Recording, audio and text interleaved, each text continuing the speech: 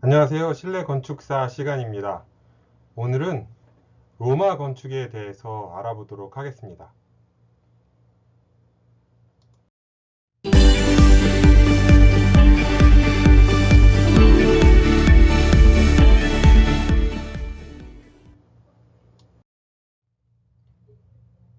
자, 로마 건축. 점차 단결력이 약해진 그리스의 도시 국가들이 점점 로마의 지배하에 들어가게 됩니다. 그러면서 고대 로마 디자인은 그리스 디자인을 도입하게 됩니다. 그리스가 가지고 있던 좋은 문화 예술을 가지고 가게 되는 거죠. 주택들은 그리스의 메가론 형태를 따랐고요. 신전 건축의 기둥이 있는 현관과 박공 구조물, 그리고 페디먼트는 그리스 신전 건축을 반영했다라고 말할 수 있겠습니다. 그리스 관습에 기초한 기둥이 사용되었는데 단순화된 도리아식 기둥과 이오니아식 기둥을 합쳐서 유사한 주조를 가지고 있었는데요. 이것은 후에 로마인들에게 의해서 계승되었고 또 간략화된 더스칸 오더로 알려지게 됩니다. 또 로마인들은 그리스의 미학적인 개념을 빌려오는 것에서 만족스러워 했는데요. 선택적으로 확장하고 또 그것들을 정교하게 만들고 장식해서 붙였고요. 또 그리스보다는 질적으로 월등하게 만들었습니다. 로마인들의 기술은 조직적이고 공학적이었다라고 말할 수 있겠습니다. 또 로마인들이 이루어 놓은 것들 중에서 가장 인상적인 것은 그들의 건축물이 그리스 시대보다 꽤 규모가 컸다. 즉 토목공사를 버금가는 광대한 건축물 그리고 큰 인테리어 공간을 만들어냈다라는 것이 특징입니다. 아까 말씀드렸던 것 다시 한번 정리를 하자면 그리스 디자인을 도입을 했고 주거 건축에 있어서는 그리스의 메가론 형태를 본떠서 주거 공간을 계획했다. 또 신전 건물은 그리스의 신전 건축, 그게 다 메가론 건축에서 따온 것들이고요. 그 다음에 오더 형식은 더스칸 오더와 컴포지트 양식, 이오니아식과 코린트 양식을 이오니아식과 코린트 양식을 합쳐서 더 화려하게 만든 컴포지트 양식과 더스칸 양식의 오더를 사용하였다. 토목공사와 광대한 인테리어 공간을 형성하였다. 자, 그럼 이제 더 안쪽으로 들어가 볼까요? 여기서 잠깐 지도를 보고 가겠습니다. 요 장화 모양으로 생긴 게 현재 이탈리아라는 건 다 아시죠? 자, 그리스가 어디에 있었죠? 네, 에게 문명이 여기에서 발달을 했고 거기에서 이렇게 이만큼 정도가 그리스 문명이 발생을 했는데 지금의 로마, 이탈리아죠. 이탈리아의 수도가 로마인데 이탈리아가 이렇게 있는데 로마가 번성했던 시기 아트리아누스 황제 당시에는 이 노란색으로 된 것처럼 영토가 이만큼 있었다. 이쪽 나일강 유역까지 다 먹었다 라고 보시면 되는데 근데 이렇게 바로 바다 건너 있다 보니 그리스의 문화 양식을 많이 도입했다 라고 정리할 수 있겠습니다. 자, 그러면 메가론, 방금 전에 메가론이란 단어가 나왔었는데 이게 그리스 양식에서 언급이 됐던 내용입니다. 메가론은 뭐냐? 벽이 없이 트인 현관, 그리고 문간방, 그리고 한가운데에 화로와 왕자가 있는 큰 홀로 이루어진 신전 같은 궁전이었는데요. 중동 지방에서 처음 나타난 듯 하고요. 또 흔히 기둥으로 받친 트윈 현관을 덧붙이면서 이게 에게 건축에서 많이 나오게 됩니다. 그래서 에게 건축의 특징이다. 특히 제가 말씀드렸던 건 에게 건축에서는 기둥이 이렇게 역삼각형으로 되어 있다라고 말씀드렸었습니다. 초기 그리스 건축에서도 찾아볼 수 있는데요. 이게 나중에 신전 건축의 중요한 요소가 되기도 했다라고 말씀드렸었습니다. 잊어먹으셨을까봐 잠깐 언급하고 넘어갑니다. 들어가기에 앞서 로마 건축 양식의 전반적인 특징에 대해서 언급하고자 합니다. 로마 건축은 그리스 건축의 형태를 모방해서 더욱 발전시켰는데요. 스케일이 더 큰 건축물을 선호하였고요. 돔, 아치, 볼트와 같은 새로운 형태를 개발해서 더 웅장하고 큰 건축물을 만들게 됩니다. 그리고 오더의 특징과 비례의 변화가 있었는데요. 오더라고 하면 뭐죠? 기둥. 기둥은 더 점점 가늘어지고 기둥과 기둥 사이 공간은 더 넓어졌고요. 엔타블레처가 어딘지 기억나시나요? 처막 끝에서 기둥, 주두 위에까지 엔타블레처는 좁아지고 거기에 풍부한 장식이 강조되게 됩니다. 그리고 로마 건축이 실내 디자인의 발전에 열쇠를 제공한 것은 큰 재료의 변화인데요. 비트루비우스라는 사람이 작성한 건축 10서라는 책에 보면 이때부터 콘크리트를 개발해서 사용하게 됩니다. 이 콘크리트의 사용으로 인해서 공간의 확장을 가능하게 했고요. 타일이나 벽돌 그리고 기타 마감재의 기반으로 공간을 발전시킬 수 있었습니다.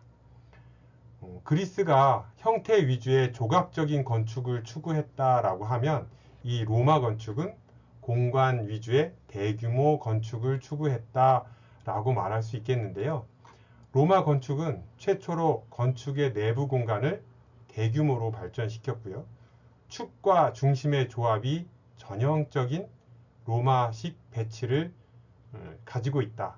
그래서 예전 90년대 이렇게 선배들이 건축물 설계할 때 보면 축, 중심 뭐 이런 것들을 많이 사용했는데 벌써 이때 로마 시대 때부터 사용되었던 방식. 물론 도시를 계획하고 큰 건물을 계획하다 보면 꼭 로마 시대 아니어도 이렇게 하겠지만 어쨌든 이때 도시가 발달이 되고 큰 대형 공공시설들이 발달됐다라는 것을 그만큼 건축 문화가 발달됐다라고 말할 수 있겠습니다.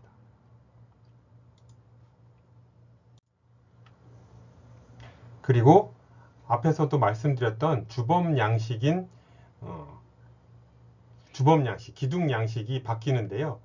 이오니아식과 코린트 양식이 결합된 컴포지트 양식, 그러니까 이오니아식의 우아함과 코린티안 양식의 화려함을 결합시켜서 매우 장식적이고 더 화려한 기둥이 발달됐다.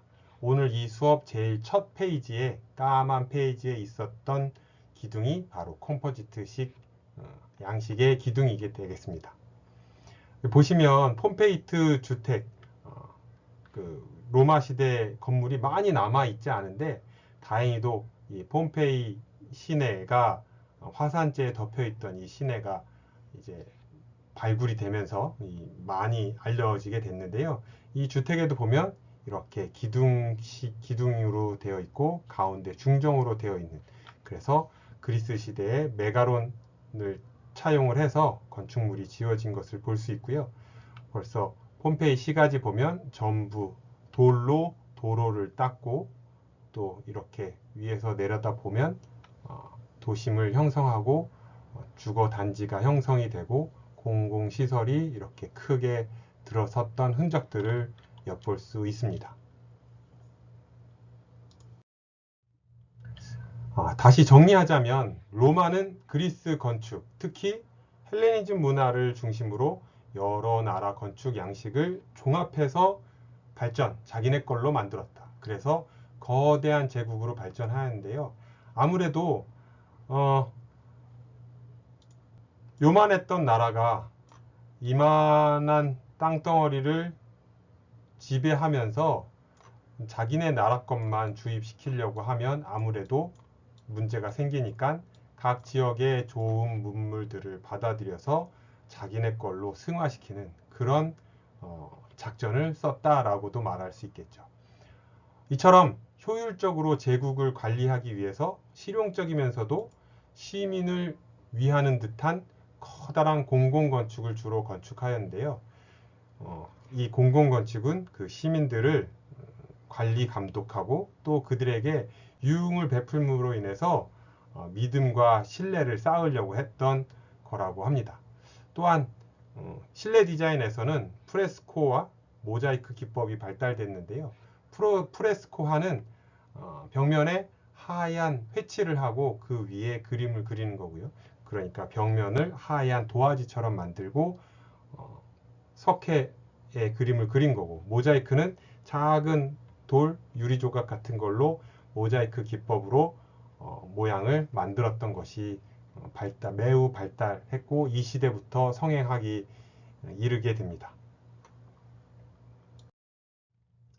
자, 그러면 특징을 좀 더 세부적으로 들어가 볼 텐데요. 특징 첫 번째, 공공건축의 규모가 웅대해졌다. 이는 커다란 공공건축물을 사용해서 서민들을 불안으로부터 잠식시키기 위한 용도로 사용되었는데요. 주로 대규모 공공 오락을 베푸는 용도로 사용되었습니다. 보는 사진은 로마 시대 경기장인 콜로세움인데 크기가 무려 둘레는 527m, 그리고 약 5만 명의 관객을 수용할 수 있었다고 합니다. 제가 이 수업 전에 첫 시간에 보여드렸던 사진에 보면 영화 뭐죠? 글라디에이터라는 영화를 여러분께 소개를 해드렸었습니다. 바로 이 콜로세움에서 이렇게 검투사들이 목숨을 걸고 이렇게 검투 대결을 벌였던 그런 장소입니다. 그래서 이렇게 생겼고요. 여기가 이렇게 바닥이 다 우드 플로링으로 다 작업이 돼서 이 위에서 검투사들이 싸웠고요. 이 무대에서 관중들이 응원을 하면서 내려다 봤다고 합니다. 저도 EBS 다큐멘터리 이런 곳에서 봤는데 그 검투사를 위로 올릴 때 엘리베이터의 기술, 초기 엘리베이터의 기술은 벌써 이 시대에 나와서 지하에서부터 이렇게 올리는 그런 장치가 되어 있다고 하고요. 이 밑에가 이제 죄수들, 검투사들이 갇혀져 있는 연습하는 그런 작은 방들로 이루어졌다고 합니다. 그러니까 지금으로 치면 지하 대기 공간인 거죠.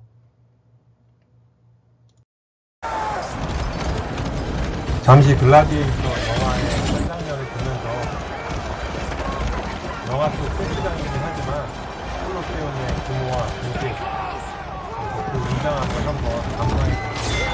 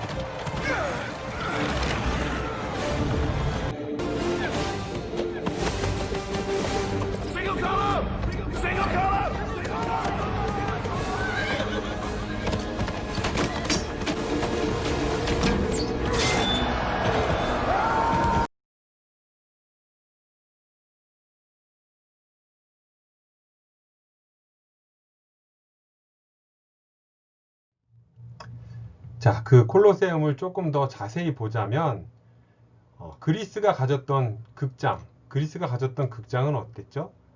바로 이렇게 반호 형식이었습니다. 뭐라고 했죠? 그때 산 언덕, 구릉을 자연 지형을 이용을 해서 배형 건축물을 만들었다. 합리적으로 효율적으로 만들었는데 이 그리스 극장을 원형 경기장으로 확대했다라고 보시면 되겠습니다. 장축은 190m, 단축은 156m인 타원형의 대규모 경기장이라고 하는데요.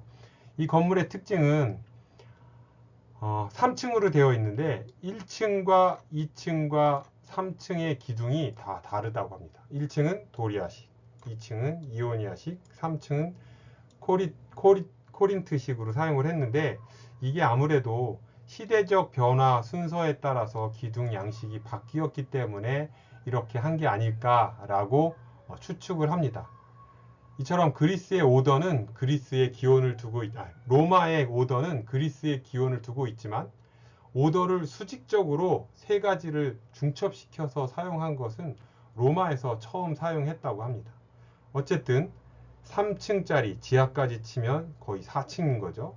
4층짜리 대형 이런 경기장을 만들었다라는 것에 정말 놀람을 금할 수 없습니다. 자, 그러면 또 그 크기를 한번 가늠해 볼까요? 이 장축 190m, 단축 156m가 잘 와닿지 않으실 텐데, 자, 우리나라에 있는 뭐죠? 제가 항공뷰로 찍은 건데요. 우리나라에 있는 고척돔입니다. 고척돔 야구 경기장의 크기를 한번 재보았는데 고척돔의 장축은 218m, 단축은 158m더라고요. 이게 지붕을 잰 거니까 차이는 지붕으로 쟀을 때 긴 변은 장축은 28m, 단축은 2m밖에 차이가 안 나요. 그러니까 벌써 오래전에 현재 고척돔만한 경기장을 대중을 위해서, 대중의 통제를 위해서 이만한 걸 지었다. 놀람을 금치 않을 수 없습니다. 자, 그럼 크기를 보셨을 테니까 어느 정도. 자, 근데 재미난 거 하나 짚고 넘어가려고 합니다. 이 로마 건축의 가장 상징적인 건물이라고 해도 과언이 아닌 이 콜로세움, 무얼로 지었을까요? 바로 석재와 콘크리트. 그리스 건축이 돌의 건축이라고 하면 로마의 건축은 콘크리트 건축이라고 해도 과언이 아닙니다.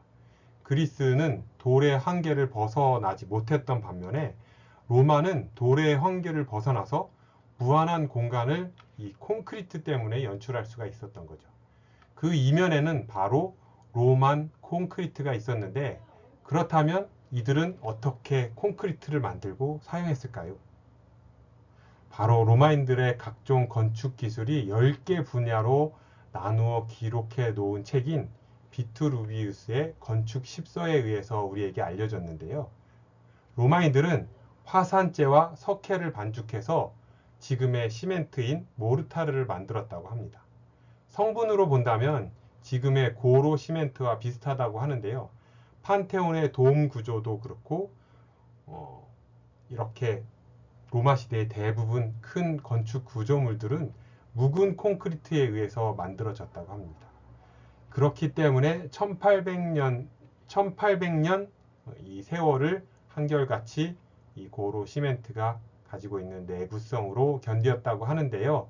다시 한번 놀라지 않을 수 없습니다.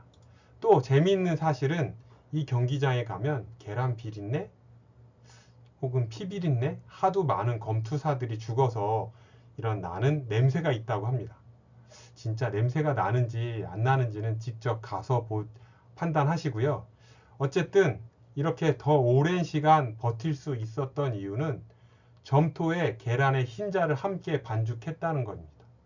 이 또한 로마 콘크리트에서 사용된 건데 석회석과 화산재를 배합하고 거기에 계란 흰자를 넣어서 모르타르를 만든 다음에 자갈과 돌을 섞어서 콘크리트 형태로 만들었다고 합니다.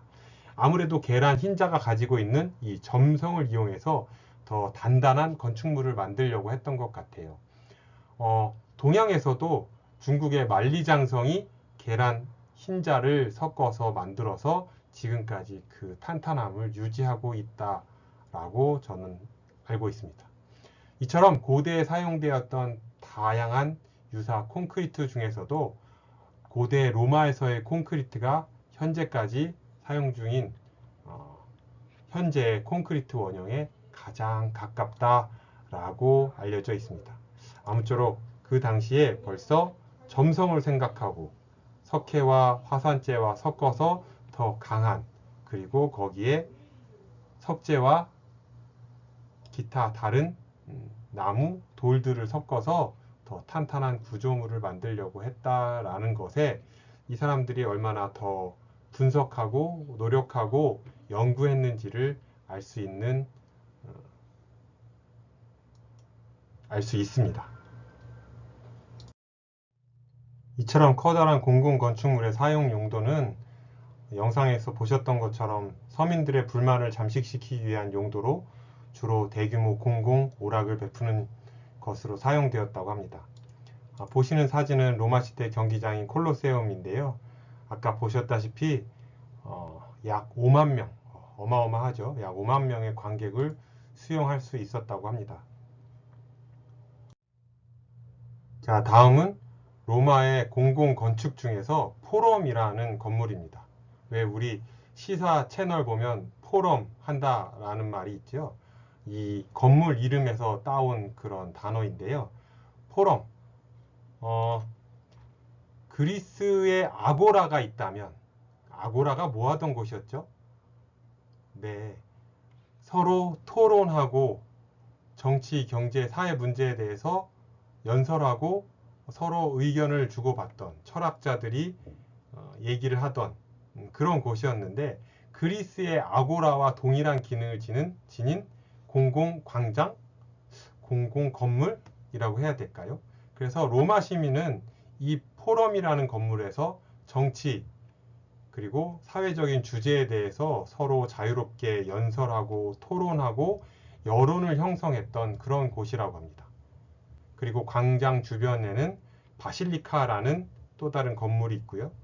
또 신전, 그리고 또 다른 공공건축물들, 개선문, 기념문 이런 것들이 함께 위치해 있는데, 어쨌든 그 중심에는 이 포럼이라는 토론의 장소가 있었다라고 말씀드릴 수 있겠습니다. 이 포럼이 중요한 이유는 나중에 기독교 건축으로 넘어가면서 이 포럼을 임시로 사용하게 되거든요. 그래서 기사 시험 문제도 많이 출제되는 유형 중에 하나입니다. 그러니까 조금 더 자세히 알아보도록 할게요. 자, 그 전에 그 크기를 보면 이 포럼이란 건물이 사람 스케일이 요만하면 포럼이라는 건물이 이렇게 웅장하게 큽니다. 어떻게 보면 이 포럼이라는 것이 발달이 돼서 현재의 도서관 건물이 됐다라고 해도 과언이 아닐 것입니다. 그러니까 도서관 건축에, 도서관에서 우리 토론하고 의견 나누고 서로 공부하고 하잖아요. 살짝 이제 현대로 넘어오면서 비슷한 역할을 했다라고도 말할 수 있겠습니다. 자, 조금 더 자세히 알아보면 이 포럼 이렇게 생겼습니다. 1층은 지금의 도서관처럼 도서관 로비, 2층, 3층으로 올라가서 뭔가 토론을 나누고 같이 의견을 나누는 그런 장, 이게 A, 복도 부분이 되겠죠. 이쪽이 광장이 되겠고요. 뚫린 공간. 자, 그래서 이 포럼이 있었고, 세 번째로 바실리카입니다.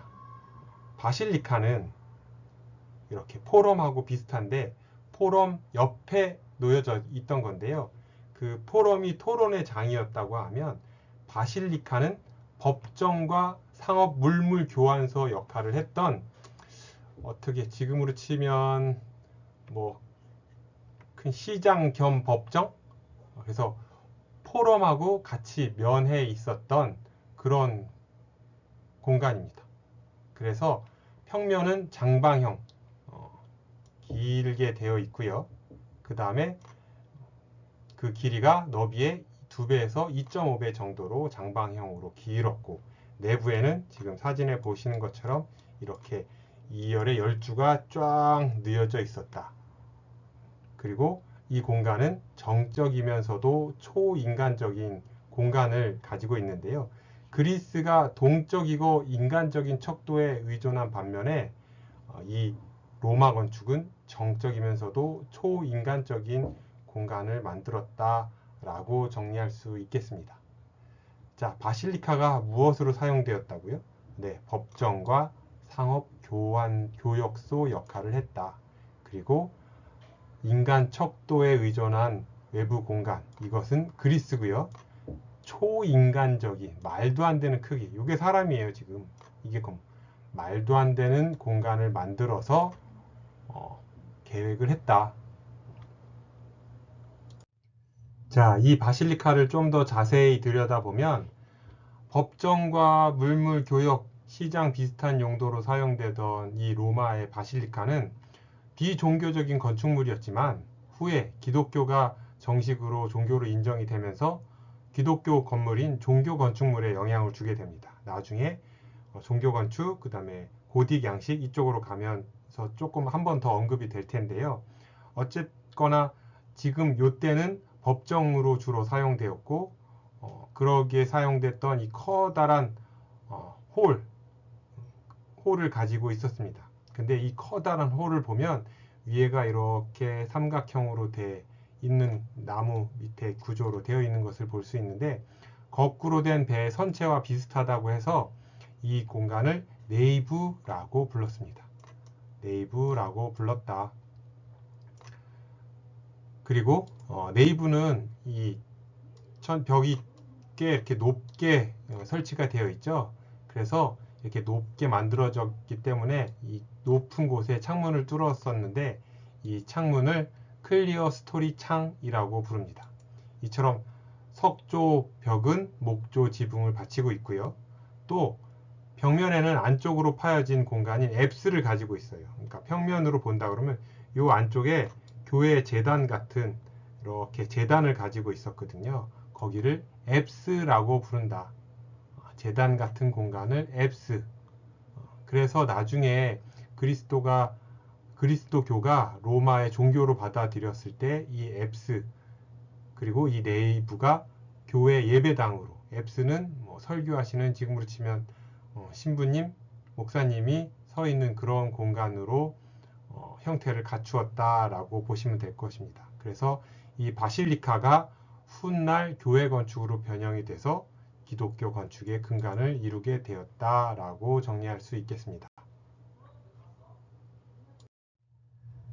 그리고 시간이 지나가면서 로마인이 가지고 있던 토목 기술인 아치, 돔 같은 것들을 적용을 시켜서 공간을 더 높게 보이게끔 계획한 것을 볼 수 있습니다. 지금 이것은 이 바실리카가 현재 붕괴되지 않고 남아있는 건데요.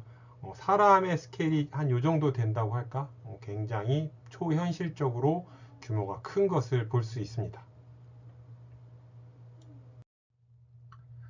자, 다시 한번 정리해드리면 거꾸로 된 선체 바닥 모양으로 생겼다 해서 여기를 네이브라고 부른다. 이 통로 부분을 네이브라고 부르고요. 그 다음에 배럴 볼트, 이 볼트 이름이죠. 이렇게 아치 형태로 된 걸 배럴 볼트라고요. 여기 나중에 고딕 양식 가서 더 잘 배울 텐데, 플라잉 버틀리스라고 이 건물이 위에 이 지붕들이 무너지지 말라고 날개 벽면을 이렇게 세운 겁니다. 그 다음에 꼭대기에 이렇게 클리어 스토리 창을 설치를 했습니다. 그리고 안쪽에는 이렇게 제단 역할을 하는, 나중에 바뀌었겠죠. 제단 역할을 하는 이렇게 공간들이 조성이 돼 있었다. 자, 그러면 연습 문제 한번 풀어볼까요?